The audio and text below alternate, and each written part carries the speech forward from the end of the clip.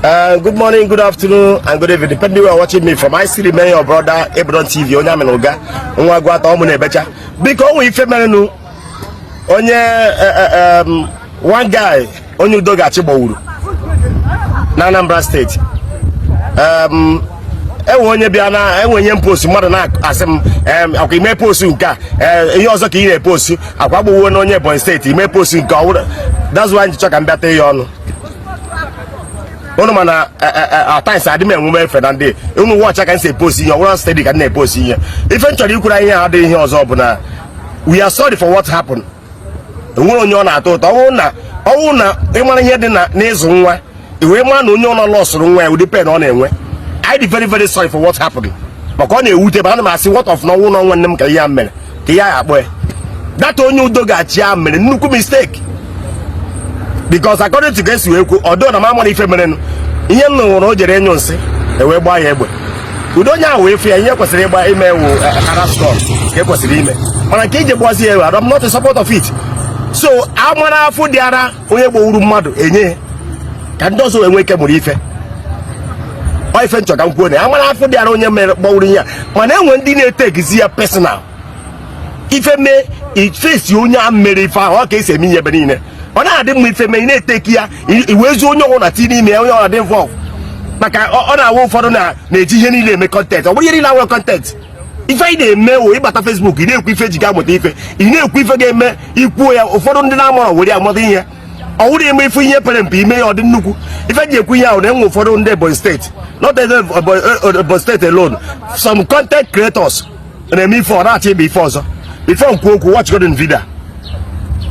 Watch and video can we quit. So on the Ebonyi State, una bachikola nkete.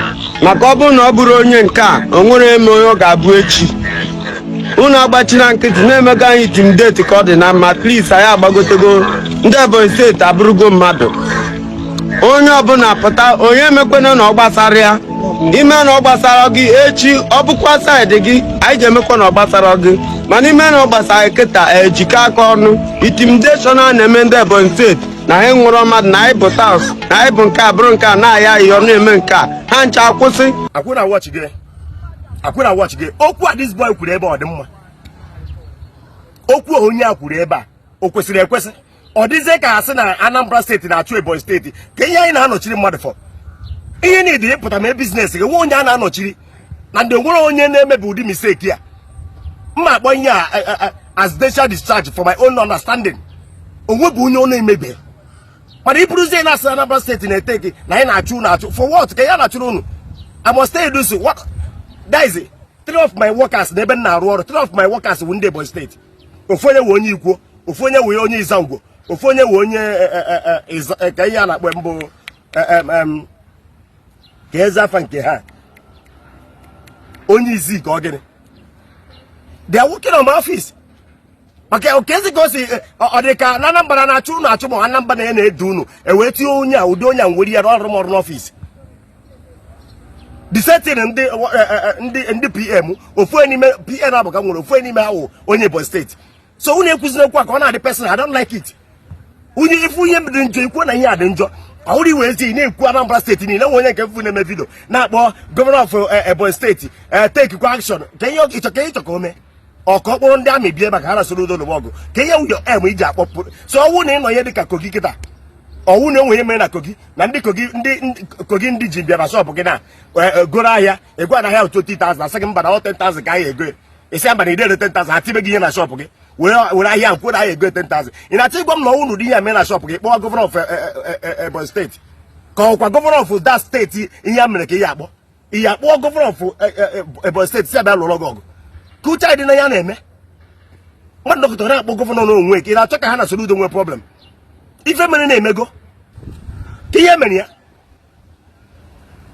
maka gị na-asụ n'ọsọ onye Ebonyi na a na-ede ndị Ebonyi udokwa ha dị mma oke mekwe na Nnewi ebe a kwa ya oke agbụrụ na Nnewi ebe a onye akịta ahụ ejima ka ọnwụ ejima ya nke nwoke wụ ma males man ọ na-atụ paadị n'ime ahịa so nwanne nwaanyị wụ nke nwaanyị na-akụzi nkụzi mana I will as this is guy agbụwo the guy ihe megidere akpụrụ onye security a mere ife ahụ ọ nọ n'ime nga ruo pụta na ọ ka esi eme ihe kwesịrị isi take si mara ya ga-eme onye aka ka enye onye a justice ọwụrụ eme na asị na Anambra steeti na-achị unu na ote na-edebere unu data okwu ahụ adịrọ mma o wutere mgbe nnụ data okwu that statement adịrọ mma ọ dị ka mmadụ ịdọ ọgụ nwanne na nwanne so unu emekere that ihe mere na-emego anyị dị sorry for what happened onye nji like one commando nọ na-ewu ya ọfụ ha na-eṅụrụ mmanya na-egbugo ọ ga-enye suspension 6 months ịragoro zuo ike onye ka m chọrọ ịgwa the state security of Anambra State biko ka ite igwu anya ka ife mere na ensas ghara ime anyị because ihe ndị mmadụ na-edekịta obere oge asị iwe achụọkwa ndị udo ga-achị ka ihe a na ndị ome ya ọ ga-enweta anyị wụ ndị Anambra because isi udo ga-abachi batara tụtụrụ ebe niile jụrụ oyi they are doing well mana onye nwere mee mistake zuzuo izo si nwere ya tiri ime that's my own ka ndị na-abata wee mụrụ akọ maka ama m na onwe ndị obi adọrọ mma na awụ ndị kpara nwoke ta achụrụ achụ na Anambra steeti ha na ebe ha nọ na-achọ mgbe udo ga-achị ga-enwe problem mana ana m achọ igwu na udo ga-achị enwe problem ịghọtago because they are doing very good work ị na-abatagoro by 12 o'clock ọ dogo anya na enwe ndị nọ n'iro na-eche na ndị osisi ka m gwazi eziokwu mana enwe mgbe anọketere mgbe a ensas mgbe a ihe a na-eme mgbe anọketere ndị mmadụ anaghị ekwe abịara Anambra steeti abịa azụ ahịa because of unknown government mana Soludo lugudoro oge wee wepụta udo ga-achọ ihe niile abie so anyị ma like ka o mebie ka nsị ka ngwuru biko ndị Ebonyi steeti agbụrụ nwanne ha dị sorry mana unu etekizira too far maka ihe ahụnye nwanne na nwanne ọ na-eme ebe niile egbekwe na Nnewi mbọsị a gbuwo wangere onwe a tụkpuru onye mere nye aka jiri etukpuo ịghọtago so ka unu arịsa Anambra na-achụ unu onwe onye na-achụ unu ka nsị ka ngwuru n'ụbọchị nke taata anyị niile nwanne so aka nwanne unu Ebonyi TV onye amị na ọga nwa agụ ata ọ mụ na-ebecha